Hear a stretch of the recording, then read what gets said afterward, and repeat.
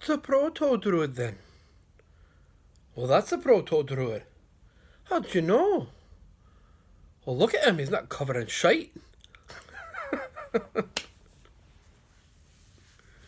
just a bit of crack, mates. And well, Tugama, are you well? It's Misha Drolling, your friend the Wren. So, who were the Proto-Druids? It's a topic for debate. It's a topic for discussion, and it's a topic we're going to talk about today.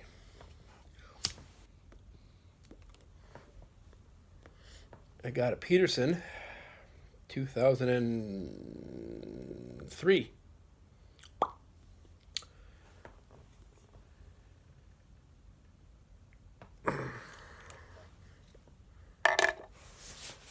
And I'm having some nice Virginia flake. So the Proto-Druids.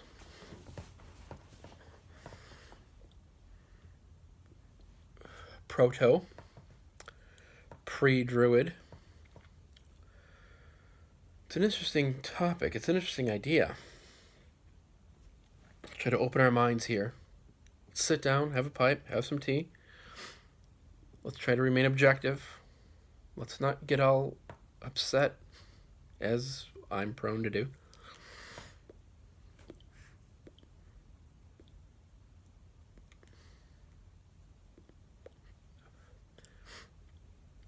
We generally associate the Druids, the Dri, with the Gaelic people and or the Brythonic people. You know, Wales, Cornwall, you know, coming out of Gaul.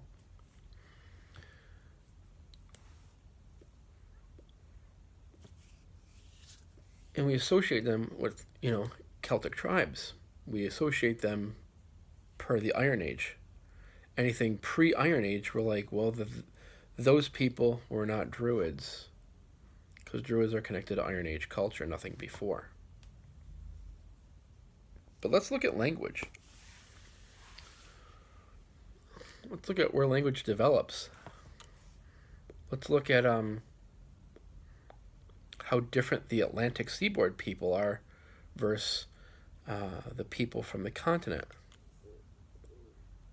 We know that the Gaelic people, they had, you know, Druids.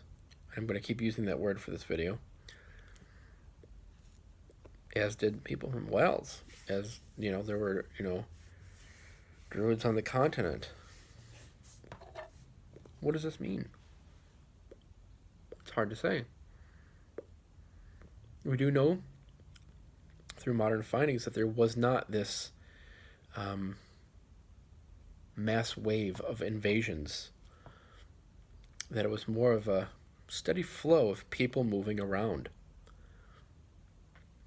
And there was a steady flow of people moving around since the Mesolithic period. So, you know, you have Mesolithic, you have Neolithic, Bronze Age culture, Iron Age culture. So this concept of Proto-Druids, some people are on the fence about. Some people take the side, well, don't call them Druids, because that's associated them with a certain type of people that came from the Iron Age. So then what do we call this educated class that predated the Iron Age? That's hard to say. Well, how do we classify them when we don't know so much about them? There had to be some sort of trickling effect, this constant merging of cultures. And not just this culture moves in and takes over and breeds them out or kills them. It's not borne out by the evidence.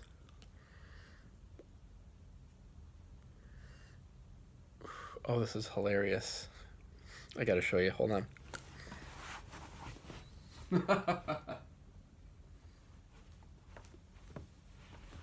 So I'm sitting here having a chat with you, and I'm looking over and I got a bunch of pipe jars right there. And I notice on the side of one of my pipe jars is this. One of the kids thought it would be a great idea. Here, Dad, here's a koala. That's brilliant. Anyway. Squirrel. Ice cream truck. Yeah, that's me. Proto-Druids get lumped into this this group that these are the original megalithic people, the designers of, the dreamers of, the knowledgeable people of the Neolithic. Places like Stonehenge and, all these different Neolithic sites get associated through modern Druidry, Neo-Druidry, with the Neolithic sites. These were our Proto-Druids. Was there an educated class during the Neolithic? Without a doubt. What were they responsible for? We don't know. We can assume, we can speculate that these people kept a certain form of knowledge ongoing for thousands of years.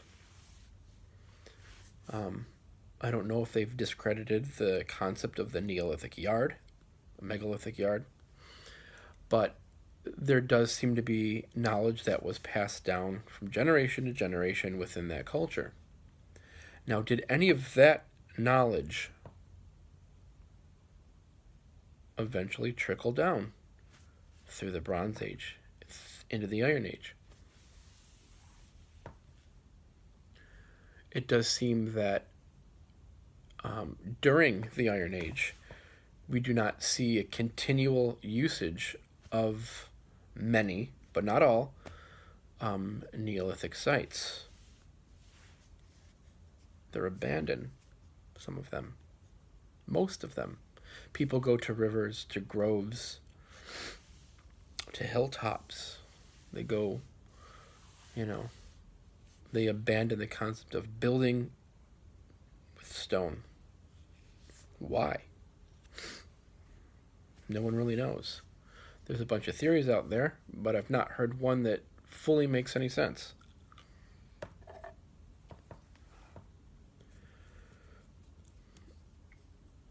The interesting thing to note is there are Neolithic sites that do have alignments to those cross-quarter days, to our Gaelic festivals. I believe one of them is the Mound of Hostages near Tara, the Hill of Tara. My wife's cousin's name is Tara, so I'm so used to saying Tara. But I believe there's a link there that shows a direct correlation between Samhain and Imbolc, which, in my opinion, is a direct link showing agriculture with sheep.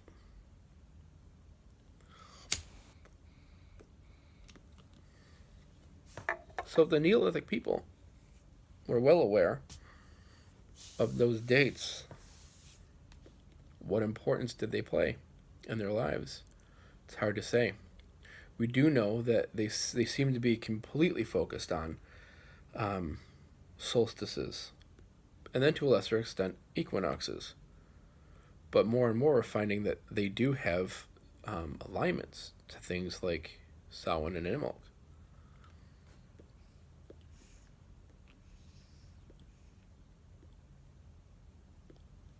So Proto-Druids is an interesting topic.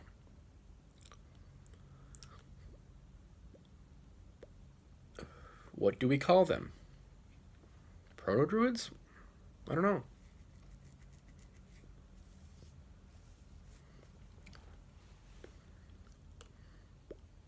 Wise men and women. I'm not going to dare call them shaman.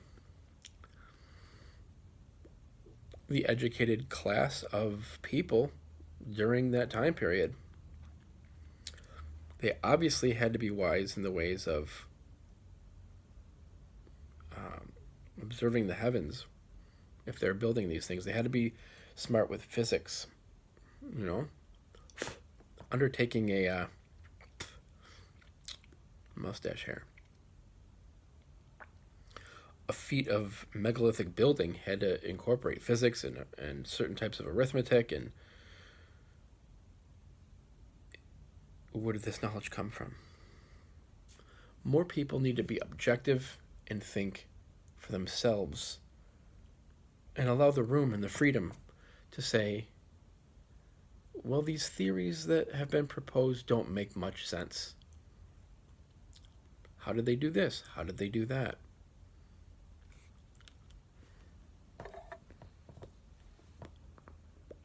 Why did they do that?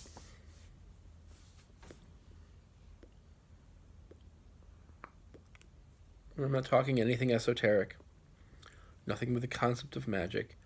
I'm a firm supporter on giving humanity and people the credit. I think that all too often you get conspiracy theorists wanting to say, well, we had some sort of alien help. Well, number one, slavery gets shit done. Number two, an entire community, a giant population, with the goal of working together to get something done, can get things done.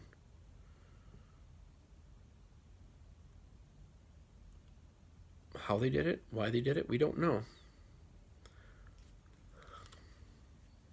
What was the function of the Proto-Druid?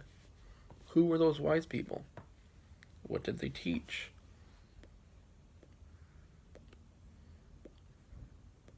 How far back does their knowledge base go?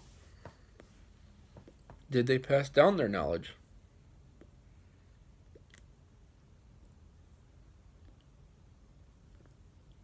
I find it hard to think that they did not. I think as culture grew, certain things probably were passed down, even to foreign people moving in the land.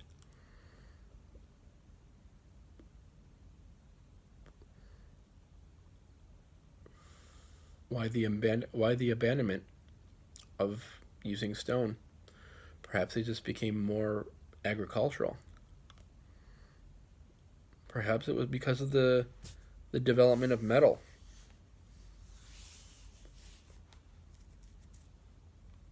Maybe they became more warlike.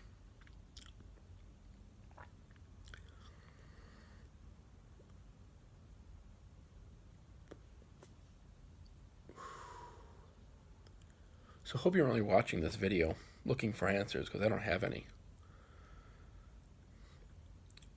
But I'm curious about the topic, and I think more people need to remain objective in their use of critical thinking to allow room for growth of possibility, probability.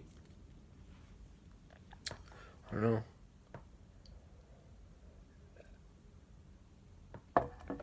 That's a cup of tea right there. So on that, I'm going to bid you farewell. Got some reading to do and a project that I'm working on.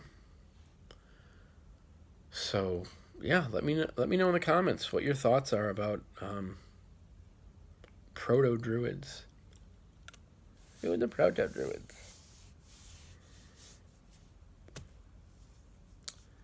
It's a thought. You guys take it easy. Slung of hole.